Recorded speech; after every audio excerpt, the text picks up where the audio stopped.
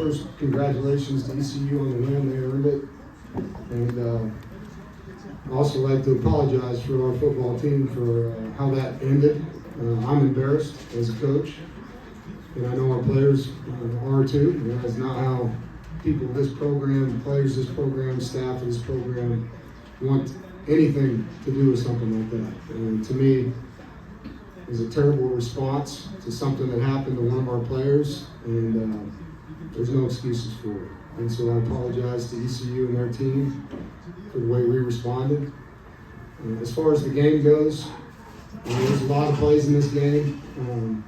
I was proud of how we fought back, got back into the football game, flipped the momentum, took the lead, and then just didn't finish. Had 2 drives offensively where we could have ran the clock out, didn't. Defensively, had them 3rd and 10 on the 21, give up a 79-yard touchdown run. And so we had our chances to win that football game and didn't get it done. Questions? Any other questions?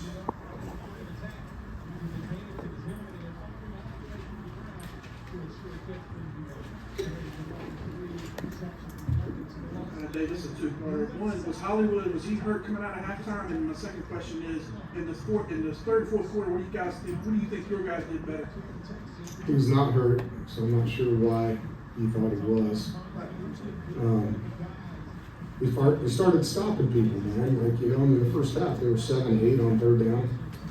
So we got some stops. We forced 2 turnovers. Offensively, we took advantage of field position, scored multiple touchdowns, and started playing complimentary football. In the first half, we had drives that ended without points several times. Moved the ball well throughout the first half. Did nothing to stop them.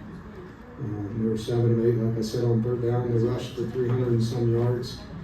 And hard to win a football game when you give up 300 yards rushing.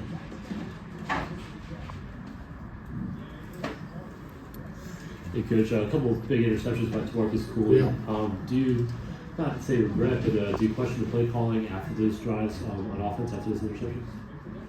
Yeah, sure. We didn't get first down, so yeah, you can question that. You can question blocking too, right? Every play you call, if you block it well, is a good play. And so those plays did not get enough yards. We didn't get first downs, and easy thing to do is blame the play caller, right? There was 11 guys on the field who need to block and run and catch and all those things too. And so it's everybody's fault when it doesn't get done. And always look at, could we have called a better play? And of course, when you don't get a first down, it's easy to point the finger at that guy. But there's a lot of things we could have done. That's just one of them. You mentioned their rushing. What do you, from your point of view, what allowed them to get going on the ground? And missed tackles, and guys not getting off blocks. Got caught in a couple of light defenses as well. They were 3rd and 10. They're down. That's a good play call by them, right? They're down 1, 3rd and 10. You're thinking they're going to throw the football. And he was in a pass blitz, and they split it, and we didn't get it down. So it was a good call by ECU. But we also had enough guys there, and back made a guy miss. But stopping the run's about a lot of things. It's gap integrity, it's beating blocks, it's leveraging the ball, it's tackling, and it's pursuit. And there was a lot of those things that weren't good enough in this game. Either one of you can answer, but coming into the game, you were one of the best fourth quarter teams in the nation. Yeah. When you see the score 27, what do you say to your team? What is the mindset of your team? Exactly what I said to him. CJ was in the huddle. We were down there in the TV timeout. I said, "You're the best fourth quarter team in college football. Let's go win." And we did. We went down and scored. The defense stopped them. Went down and scored. Took the lead. There was 3 minutes and 40 seconds left, and had a chance to get a first down, make them burn their timeouts, and we didn't get it done. And the defense didn't stop it. But we've been a good finishing team all year, and that was the theme. This whole bowl was finish. And we got right there. We were 3.5 minutes away, and not enough. Offensively, we've got the ball still, and we're driving it down with a chance to score. And it's tough. Hollywood had a hell of a football game. The ball goes through his hands. That kid makes that play 99 times out of 100, and he didn't. CJ, can you talk a little bit about the trip this week and what stood out to you, and then going through your game today and just the atmosphere of the stadium? Yeah, this is my first bowl game. You know, I had a fun trip. You know, a lot of things was great. I enjoyed myself. You know, built a better bond. You know, a more, got closer to my team this week. And you know, it was a pretty fun experience. And you know, it's not fun when you don't finish. You know, what we came up to do, and we didn't do it. We didn't finish it. So I'll say that if we finished the game, it would have been a way better experience.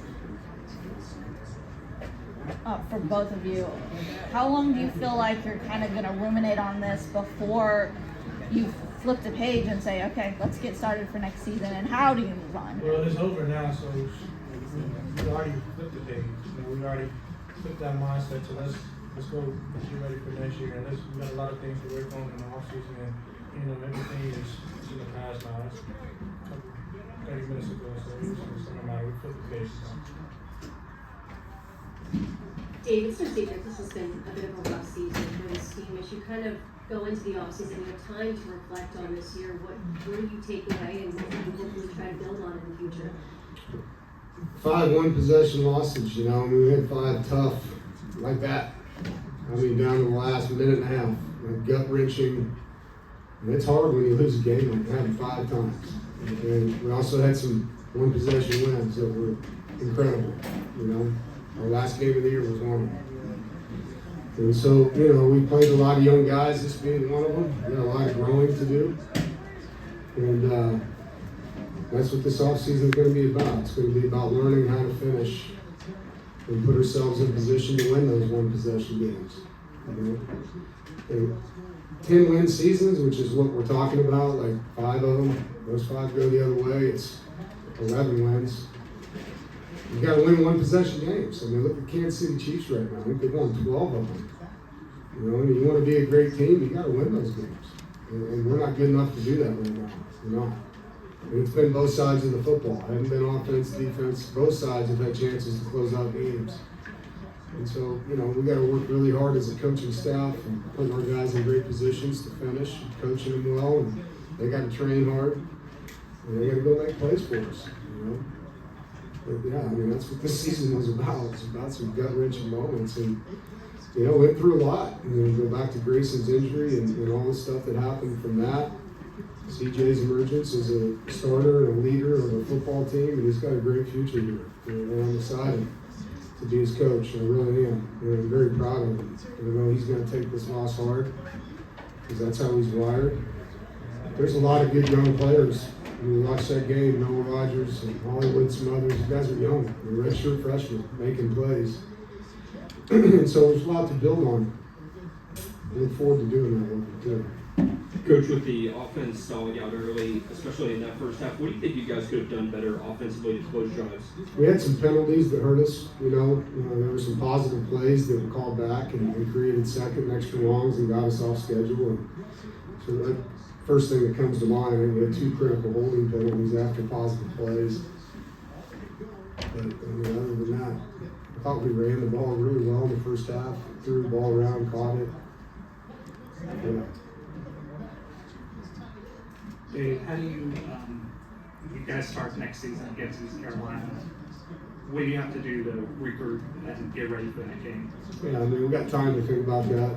I mean, tonight's more about these guys and things we got to do. We come back in January, we'll start forward, and we're not going to be talking about the first game for a while. I mean, we got a lot of things to work on, and playing them's not one of them. A lot of things. This season's been tough, but what do you take away from playing in the military bowl for you yourself? Did you ever think about a military career? Did you have family that served? Just what does it mean to be in this military bowl? It's special to be in Annapolis. You look up on that Ring of Honor and see all the awards. And most places you go, they have famous players' names and wherever you just look out there and you see it. I mean, it's pretty crazy being on a naval base at a place like this. My father was in the Navy. My father-in-law was in the Army, served in Vietnam.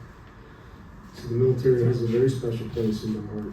And yeah, it's great to be here. It was a wonderful trip. And the bowl committee and everybody here. Washington, D.C. is a special place, being in the nation's capital with these guys, letting them see the monuments. There's a lot of history. There's a lot of really, really incredible things to be a part of with the team. Coach CJ, thanks